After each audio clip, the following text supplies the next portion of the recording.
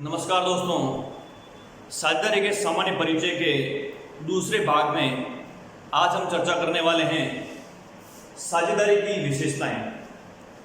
साझेदारी की क्या क्या विशेषताएं होती हैं और साथ ही मैं आपको एक ये बात बताना चाहूँगा कि साझेदारी का ये टॉपिक न केवल क्लास 12th के लिए ही होता है। इस टॉपिक में से क्लास 12th के अलावा RPSC junior accountant, RPSC first grade commerce, JVVNL junior accountant और सीए फाउंडेशन, उन सभी के लिए भी यह उपयोगी होता है क्योंकि उनके एग्जाम में भी यहाँ से क्वेश्चन पूछे जाते हैं। तो हम इस टॉपिक को पढ़ते समय इस बात की भी चर्चा करेंगे कि कहाँ से किस एग्जाम के लिए क्या क्वेश्चन आया था। तो हम पहले चर्चा करते हैं विशेषताओं के बारे में। साझेदारी की पहली विशेषता होती है दो या दो से अधिक व्यक्ति। मैंने आपको इससे पहले वाले फर्स्ट पार्ट में बताया था कि जो उसका अर्थ होता है उसी के अंदर उसकी विशेषताएं भी शामिल हैं।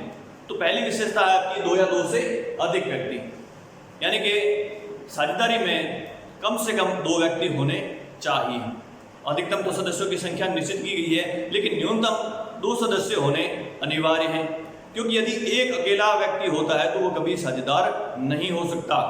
एक अकेला व्यक्ति केवल एकाकी व्यापार का स्वामी होता है। इसलिए न्यूनतम सदस्यों की संख्या यहाँ पर दो रखी गई है और अधिकतम सदस्यों की संख्या कंपनी अधिनियम 2014 की धारा 464 के नियम 10 के अनुसार अधिकतम सदस्यों की संख्या 50 तक सीमित की गई। ये ध्यान रखने वाली बात है। यहाँ से एग्जाम 12th के एग्जाम में यहाँ से क्वेश्चन पूछा जाता है कि साझेदारी में अधिकतम सदस्यों की संख्या कितनी है या साझेदारी में अधिकतम सदस्यों की संख्या कितनी सीमित की गई है। तो और उसके अलावा महत्वपूर्ण बात है कि अधिकतम सदस्यों की संख्या साझेदारी व्यापार के लिए कंपनी अधिनियम में दी गई है। कंपनी अधिनियम 2014 के धारा 464 के नियम 10 में साझेदारों की अधिकतम सदस्यों की संख्या का उल्लेख किया गया है और वहां पर साझेदार की अधिकतम संख्या 50 तक सीमित की गई है। अर्थात साझेदारी व्यापार में न्यूनतम 2 सदस्य होते हैं और अधिकतम 50 सदस्य हो सकते हैं।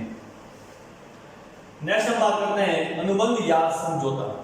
साझेदारी व्यापार के लिए दूसरी विशेषता होती है कि साझेदारों के बीच में एक अनुबंध होना चाहिए, जो कि हमने उसकी परिभाषा और उसकी अर्थ के बारे में भी अपन ने पढ़ा था। और अनुबंध या समझौते के संबंध में भारतीय अनुबंध 1872 की धारा 5 के अनुसार कहा गया है कि साझेदारी का जन्म अनुबंध से होता है, किसी स्थिति के कारण नहीं होता।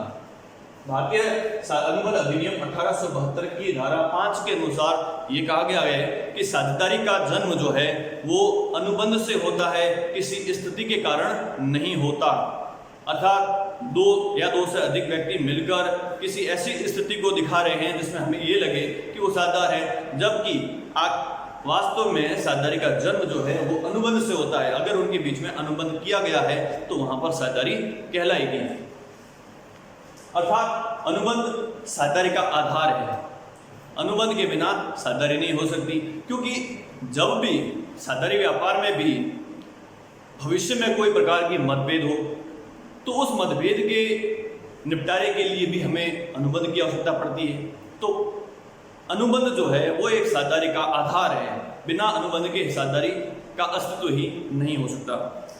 यह अनुबंध लिखित या मौखिक भी हो सकता है। बहुत बड़ी बात है कि साझेदारी में जो अनुबंध होता है, जो कॉन्ट्रैक्ट होता है, ये कॉन्ट्रैक्ट लिखित भी हो सकता है और मौखिक भी हो सकता है, लेकिन अनुबंध होना जरूरी है। लेकिन अभी मैंने आपको बताया कि यदि साझेदारी व्यापार में भी भविष्य में भी किसी प्रकार का मतभेद हो तो उस मतभेद के निपटारे के लिए भी न्यायालय में लिखित में सबूत चाहिए। तो ऐसी स्थिति में अनुबंध सदैव लिखित में होना चाहिए। अगली हम बात करते हैं लाभों का विभाजन। साझेदारी के लिए विशेषता है कि जो भी लाभ अर्जित किया जाता है, ये बात भी हमने उसकी परिभाषा में अर्थ में चर्चा की थी कि साझेदारी व्यापार में जो भी लाभ अर्जित होता है उसको सभी साझेदारों के बीच में विभाजित किया जाना जरूरी होता है। क्योंकि अगर कोई धार्मिक संस्था है जो लाभ अर्जित करती है और वापस उसी व्यापार में लगा देती है तो वो साझेदारी व्यापार नहीं होगी। जहां पर किसी संगठन का उद्देश्य लाभ कमाना तो है लेकिन उस कमाए हुए लाभ को आपस में बांटना नहीं है, तो ऐसी स्थिति में वह संस्था साझेदारी व्यापार नहीं कहलाएगी। क्योंकि साझेदारी व्यापार के लिए आवश्यक है जो भी लाभ कमाया जाता है उस कमाए गए लाभ को सभी साझेदारों के बीच में एक निश्चित अनुपात में, जो अनुपात अनुबंध में पहले से तय होता है, उस निश्चित अनुपात में सभी साझेदारों के बीच में बांटना जरूरी होता है। अगली हम बात करते हैं व्यवसाय का होना। साझेदारी व्यापार के लिए आवश्यक है एक व्यवसाय का होना, क्योंकि दो या दो से अधिक व्यक्ति मिलकर अगर कोई ऐसा कार्य भी करे जहां पे लाभ भी कमाना हुआ हो, साथ में उस कमाए गए लाभ को आपस में बांट भी लिया हो, तो हम उसे साझेदारी नहीं कहेंगे, क्योंकि वह उसका व्यापार नहीं है। साझेदारी के लिए आवश्यक है कि व्यवसाय का भी होना जरूरी होता है, क्योंकि जो कार्य वे लोग कर रहे हैं वह कार्य वे निरंतर करते हों। उदाहरण के तौर पर यदि दो व्यक्ति मिलकर किसी प्लॉट को खरीदते हैं, भूखंड को खरीदते हैं और उस प्लॉट को खरीदने के बाद भविष्य में उसे वापस बेच भी देते हैं और उसमें एक लाभ भी कमाते हैं और उस कमाए गए लाभ को आपस में बांट भी लेते हैं, तो इस उदाहरण में साझेदारी की सारी बातें शामिल हो गई, लेकिन यहाँ पर फिर भी साझेदारी नहीं कहलाएगी, क्योंकि उनका जो ये कार्य है वो व्यवसाय नहीं है। क्योंकि उन्होंने केवल एक ही प्लॉट को लिया था और उसी प्लॉट को उन्होंने वापस बेच भी दिया, भले ही लाभ कमाया है और उस लाभ को उन्होंने आपस में विभाजित भी किया है, लेकिन वह उनका व्यापार नहीं है।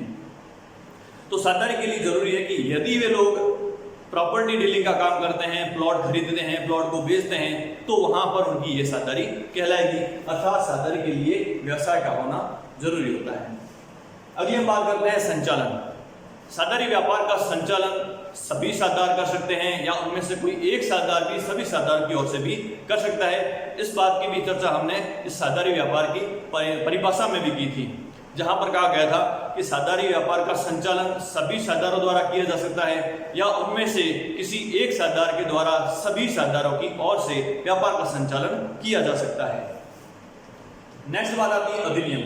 साझेदारी व्यापार का भी जो है कानून पृथक बना हुआ है, जिसके बारे में हमने पहले से चर्चा की है। साझेदारी व्यापार के लिए भारतीय साझेदारी अधिनियम 1932 पृथक कानून बनाया हुआ है। जब भी साझेदारी व्यापार के संबंध में कोई निर्णय लिया जाता है तो भारतीय साझेदारी अधिनियम 1932 के कानून को लागू किया जाता है। नेक्स्ट बात आती है असीमित दायित्व। साझेदारी व्यापार में जितने भी सदस्य होते हैं उन सभी सदस्यों का, सभी साझेदारों का दायित्व असीमित होता है। यहाँ पर असीमित दायित्व से आशय है कि जितने भी साझेदार व्यापार में पैसा लगाते हैं उसे हम पूंजी कहते हैं, और यदि साझेदारी व्यापार में हानि होने की स्थिति बन गई है या व्यापार में निरंतर हानि हो रही है, तो ऐसी स्थिति में साझेदारों द्वारा जो पूंजी लगाई गई थी उस पूंजी का साझेदारी व्यापार के हानि की पूर्ति करने में प्रयोग किया जाता है। साथ ही उन साझेदारों की निजी संपत्ति को भी व्यापार की हानि की पूर्ति के लिए प्रयोग में लिया जा सकता है। तो ऐसी स्थिति में साझेदारों का दायित्व उनके द्वारा लगाई गई पूंजी तक सीमित न होकर उनकी निजी संपत्ति को भी प्रयोग में लिया जा सकता है। इस वजह से साझेदारी व्यापार में सदस्यों का दायित्व सदैव असीमित होता है। नेक्स्ट हम बात करते हैं पृथक अस्तित्व नहीं। पृथक अस्तित्व नहीं का मतलब साझेदारी में जो भी नियम लागू होगा, जो भी कानून लागू होगा, जो भी वाद होगा, वह साझेदारी फर्म के ऊपर होता है। और फर्म के बारे में हमने पहले ही चर्चा की थी। फर्म का आशय होता है सभी साझेदारों का समूह। अर्थात जो भी नियम, जो भी कानून या जो भी वाद दायर होगा फर्म के ऊपर, तो फर्म के साथ साथ सभी साझेदारों के ऊपर भी लागू होगा। अर्थात साझेदार अपने फर्म से अलग नहीं होते हैं, पृथक नहीं होते हैं। फर्म का मतलब साझेदार ही कहलाता है। पारस्परिक अभिकरण बहुत इंपॉर्टेंट है। पारस्परिक अभिकरण का अर्थ है साझेदारों के बीच में जो संबंध होता है वह एक पारस्परिक अभिकरण के रूप में होता है, एजेंसी का संबंध होता है, जहां पर कोई एक साझेदार भी सभी साझेदारों की ओर से व्यापार का संचालन कर सकता है या सभी साझेदार मिलकर के भी आपस में व्यापार का संचालन कर सकते हैं। और सभी साझेदारों के बीच में एक एजेंट का संबंध होता है कोई एक दूसरे का स्वामी नहीं होता, सभी साधारणों के बीच में जो संबंध होता है वह एजेंसी का संबंध होता है, जिसे हम कहते हैं पारस्परिक अभिकरण। जहां हम ये भी कह सकते हैं कि सब एक सबके लिए और सब एक के लिए, इसी आधार पर साधारण व्यापार का संचालन किया जाता है। और अंत में आता है ऐच्छिक पंजीयन, जिसके बारे में हमने पहले चर्चा की।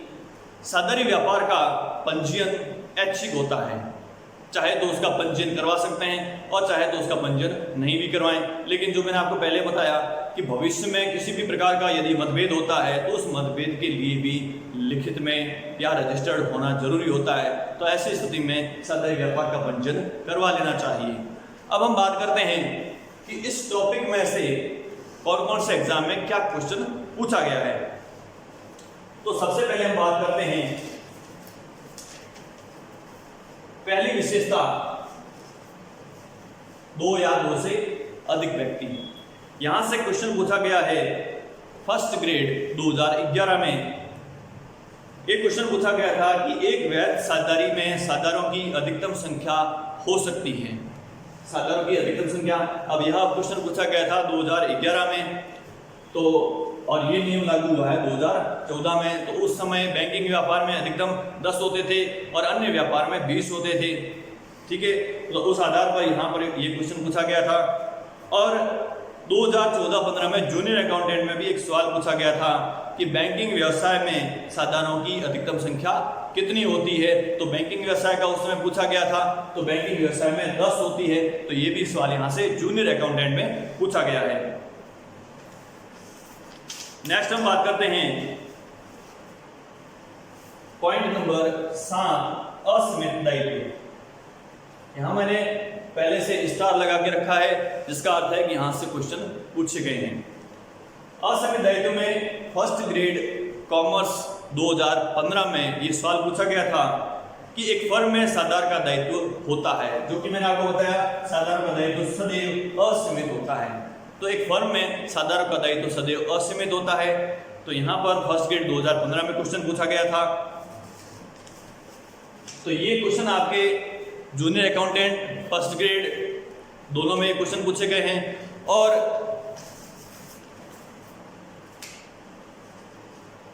एक 2011 में, फर्स्ट ग्रेड 2011 में एक और क्वेश्चन पूछा गया था साझेदारी के बारे में, सत्य है, सत्य और असत्य का क्वेश्चन पूछा गया था, जिसमें ये सारी विशेषताओं को शामिल किया गया है कि कौन सा तथ्य साझेदारी की विशेषता के संबंध में सत्य है, कौन सा असत्य है। तो वहां क्वेश्चन पूछा गया था साझेदारी के बारे में सत्य है, जिसमें 4 ऑप्शन में पहला ऑप्शन था ठहराव पर आधारित, जो कि हमने पहले ही बात की, साझेदारों के बीच में क्या होना चाहिए, अनुबंध या ठहराव होना चाहिए।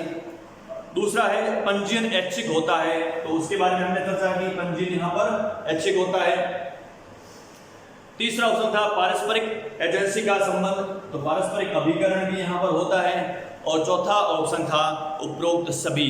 तो इस आधार पर इस प्रश्न का जवाब था उपरोक्त सभी। तो आप देखिए इस एक छोटे से टॉपिक में 4 बार क्वेश्चन पूछे गए हैं। जूनियर अकाउंटेंट पूछा गया है, फर्स्ट ग्रेड में 3 बार क्वेश्चन पूछे गए हैं।